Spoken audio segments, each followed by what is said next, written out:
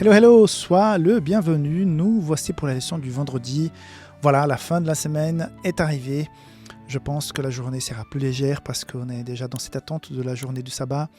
Je t'invite vivement à préparer le sabbat, à faire en sorte que tu puisses avec ta famille recevoir ce jour si spécial, que tu puisses le vivre paisiblement et que demain, au niveau de l'église, tu puisses tout d'abord faire un projet d'aller à l'église et de, si jamais, pouvoir t'engager, participer, qu'il est bon de pouvoir vivre un sabbat avec des frères et sœurs en famille, peut-être après partir manger ensemble, partager quelque chose pendant l'après-midi, finir le sabbat ensemble à la maison avec des amis ou être chez des amis. Donc voilà, c'est tout le bien que je te souhaite. Je n'étais pas adventiste avant, ça fait quelques années que j'ai vécu ma conversion. Je peux te dire que le sabbat fait une grande différence quand on vit le sabbat, quand on le passe en famille, voilà, ici en Espagne, il y a un verbe que j'apprécie beaucoup, et disfrutar.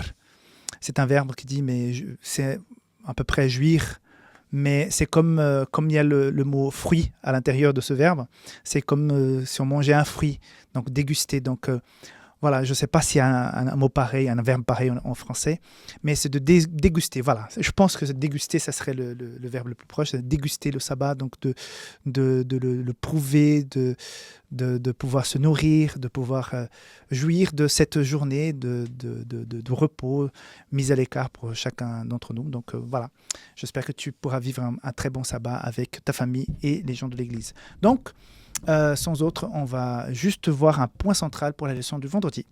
Voilà, pour la leçon du vendredi, je voudrais juste revenir sur un seul verset du chapitre 1, parce que nous avons clore donc l'étude du chapitre 1 avec ces 2 semaines d'étude de la leçon. Il est dit ceci: « Il guérit beaucoup de gens qui avaient diverses maladies. Il chassa aussi beaucoup de démons, et il ne permettait pas aux démons de parler parce qu'ils le connaissaient. » Alors, on voit dans la leçon que c'est expliqué le fait pourquoi Jésus ne laissa pas parler les démons. Parce que souvent, quand Jésus était en train de prêcher, les gens étaient attentifs, ils étaient assoiffés, ils étaient touchés, le Saint-Esprit était là. Et tout à coup, il y a une manifestation démoniaque qui criait, qui se jetait par terre, je peux imaginer, hein, qui disait des invectives et tout ça. Donc ça venait déranger le moment de la prédication où les cœurs étaient touchés. Donc c'est pour ça que je pense qu'aujourd'hui, quand on est à l'église, il n'y a plus quelqu'un qui saute, en tout cas pas partout, hein, possédé par un démon, mais il y a un démon qui s'appelle portable, mobile, où il y a des petits démons qui sautent, les notifications, les appels, les messages, des choses à quelque part même justifiables. Mais avant, on n'avait pas ça et on vivait très bien l'église le sabbat matin et puis personne n'était mort. Hein. Mais voilà, on est distrait, très facilement distrait. Et je vois surtout les jeunes aujourd'hui dans l'église qui, pendant le culte, ils sont mais vraiment à côté de la plaque. Ils sont tout le temps sur le téléphone. Il n'y a rien qui les connecte. Donc le prédicateur, il doit faire malabarisme, on dit, hein, pour pouvoir attirer l'attention des jeunes parce que c'est très compliqué. Déjà, pour un adulte, pendant 30 minutes, être attentif, c'est déjà compliqué. Imagine un jeune avec un tel appareil dans la main, mais c'est presque impossible, c'est peine perdue.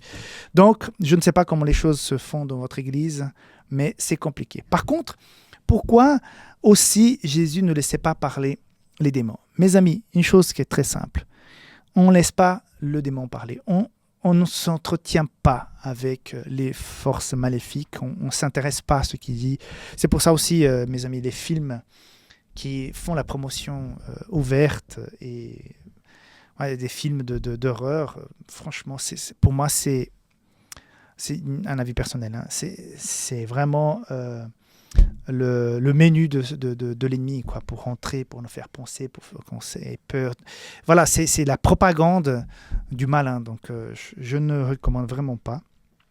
Et quand on voit aussi la façon comme Jésus a géré la tentation dans le désert, quand il est là pendant ces 40 jours après son baptême, quand Satan est venu parler, à chaque fois il a répondu avec un verset biblique. Pas de discussion, juste une réponse claire et nette, comme il a dit ici, par exemple, comme on a vu hier, je veux sois pur aux lépreux.